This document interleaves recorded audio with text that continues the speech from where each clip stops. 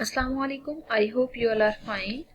In today's lecture, we will do theorem related to line segments and angles, and we will prove that the bisectors of angles of triangle are concurrent.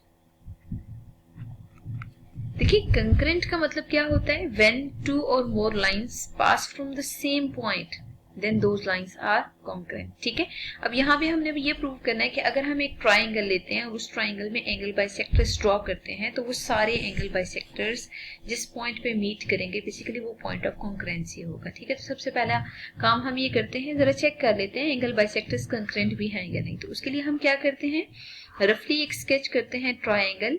ठीक है, और उस triangle में angle bisectors को concurrent prove करना ना, तो basically क्या करते हैं, हम रेड पेन से एंगल बाइसेक्टर्स मार्क कर लेते हैं. ठीक है, देखिए सबसे पहले हम इस का एंगल बाइसेक्टर ड्रॉ करते हैं, फिर आप बेस में इस एंगल का बाइसेक्टर ड्रॉ कर लें. ठीक है, मैं अप्रोक्सीमेटली ड्रॉ कर रही हूँ. ठीक है, आपके पास अगर प्रोटेक्टर हो तो आप प्रॉपर उससे कर सकते हैं. ठीक है, और फिर हम ऐसा करते हैं, ये जो टॉप पे पॉइंट है इसका परपेंडिकुलर बाइसेक्टर भी ड्रॉ करते हैं. आप देख सकते हैं ये सब के सब सेम पॉइंट से पास हो रहे हैं and that point is here.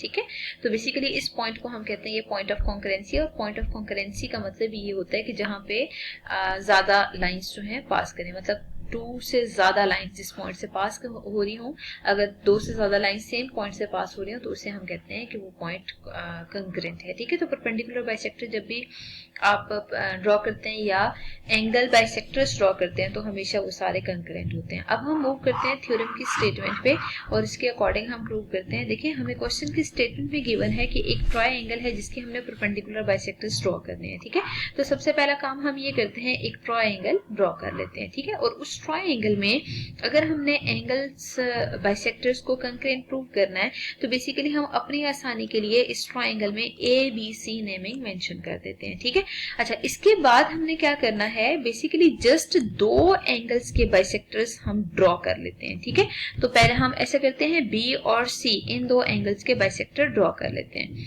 B का एंगल बाइसेक्टर ड्रॉ करें, ऑलमोस्ट इस पोजीशन पे आएगा. ठीक है, और फिर C का एंगल बाइसेक्टर ड्रॉ करें तो वो ऑलमोस्ट इस पोजीशन पे आएगा. ठीक है, आप देख सकते हैं ये एक्सटेंडेड लाइंस होती हैं. ठीक है, लेकिन हम अपनी आसानी के लिए इन लाइंस को यहाँ से रेज कर रहे हैं ताकि हमारी कैलकुलेशंस इजी हो जाए. ठीक है, तो ये देखिए मैंने क्या किया है, मैं इन पॉइंट्स को बेसिकली रेज कर देती हूँ जो एक्स्ट्रा पॉइंट्स आ रहे हैं. ठीक है, तो यहाँ पे ये देखिए मैंने सिंपल जिस पॉइंट पे इंटरसेक्ट हो रहा है उससे एक्सटेंडेड लाइंस जितनी भी आगे आ रही है उनको मैंने रेज कर दिया है. ठीक है, और ये जो पॉइंट ऑफ इंटरसेक्शन आ रहा है ना, आप इसको आई का नाम दे दें. ठीक है, अब हम ऐसे करते हैं कि अगर हमने प्रूव करना है ना कि ये पॉइंट ऐसा है जहां से सारे एंगल बाइसेक्टर्स पास हो रहे हैं, उसके लिए पहली वर्किंग हमें ये करनी है, हमें गिवन ये है कि ये दोनों एंगल्स कॉन्ग्रेंट हैं. एक को 1 मार्क कर दें, एक को 2 मार्क कर देते हैं. ठीक है, फिर आपको ये भी गिवन है कि एंगल 3 और 4 भी कॉन्ग्रेंट है क्योंकि ये भी आपने खुद से एंगल बाइसेक्टर ड्रॉ किया है. ठीक है,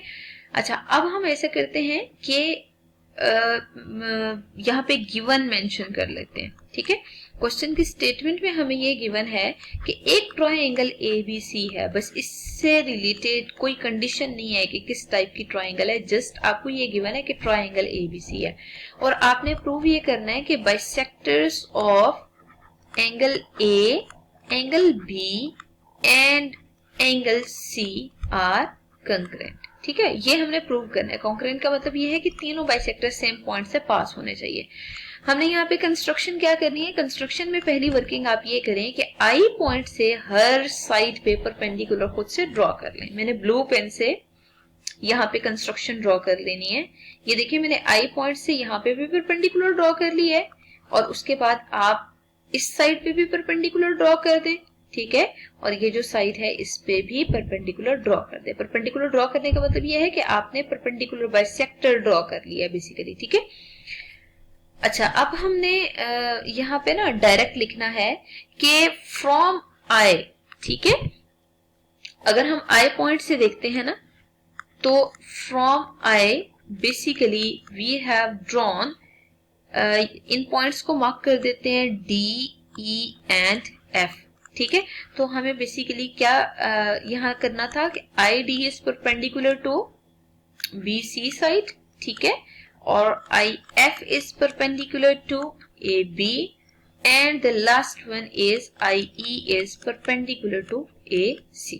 ठीक है, अब हमें प्रूव ये करना है कि ये सारे परपेंडिकुलर बाइसेक्टर्स कंकरेंट आ रहे हैं। अगर हमने कंकरेंट का केस प्रूव करना है तो उसके लिए सबसे पहले वर्किंग हमारी ये होगी, हम यहाँ ये देखते हैं कि दो एंगल्स के बाइसेक्टर हम ड्रॉ कर चुके हैं। ठीक है, जिन दो एंगल्स के बाइसेक्टर आपने ड्रॉ किए हैं ना, उन्हीं से बनने वाली जो ट्रायंगल्स हैं उन दोनों को जरा हम यहाँ पे चेक करते हैं। ठीक है, एक साइड पे हम प्रूफ में स्टेटमेंट्स ले लेते हैं और दूसरी साइड पे हम रीजंस मेंशन कर लेते हैं। ठीक है, अब जरा फोकस करें कि अगर हम ट्रायंगल भी नहीं बल्कि हम सिर्फ एंगल बी की बात करें। ठीक है, फॉर एंगल बी, ठीक है, एंगल बी के लिए अगर आप देखें ना, आई पॉइंट परपेंडिकुलर बाइसेक्टर नहीं बल्कि एंगल बाइसेक्टर पे मौजूद है। ठीक है, तो अगर कोई भी पॉइंट एंगल बाइसेक्टर पे मौजूद हो तो उसका डिस्टेंस हमेशा आर्म से इक्वल होता है, क्योंकि हम प्रीवियस लेक्चर में ये थ्योरम डिस्कस कर चुके हैं। अगर हम वो थ्योरम यूज करते हैं ना तो उसकी स्टेटमेंट के अकॉर्डिंग हमें गिवन है कि I D is basically congruent to IF because any point on, हम रीजन सामने लिख लेते हैं, any point on bisector of angle is equidistant from its arms। ठीक है, एंगल के आर्म्स की बात हो रही है। अब देखिए सिमिलरली हम ये लिख सकते हैं for angle C, IE will be congruent to ID।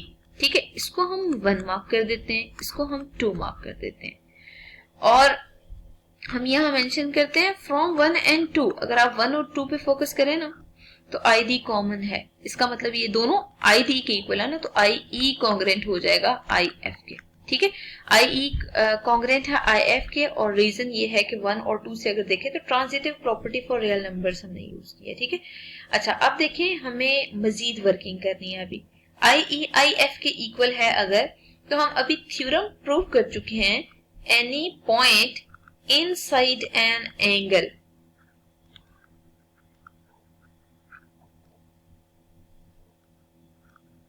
equidistant from its arm will be on bisector of angle। ठीक है, अगर हम इस थ्योरम की स्टेटमेंट को देखते हैं तो basically I is on perpendicular bisector of angle bisector. ठीक है, यहाँ पे एंगल बाइसेक्टर कह रही है, is on angle bisector A। ठीक है, इसका मतलब ये है कि A का जो एंगल बाइसेक्टर है उससे भी I पॉइंट पास हो रहा है। अगर उससे भी पास हो रहा है तो hence the perpendicular bisectors are concurrent. ठीक है, तो यहाँ पे आप लास्ट पे लिख सकते हैं हेंस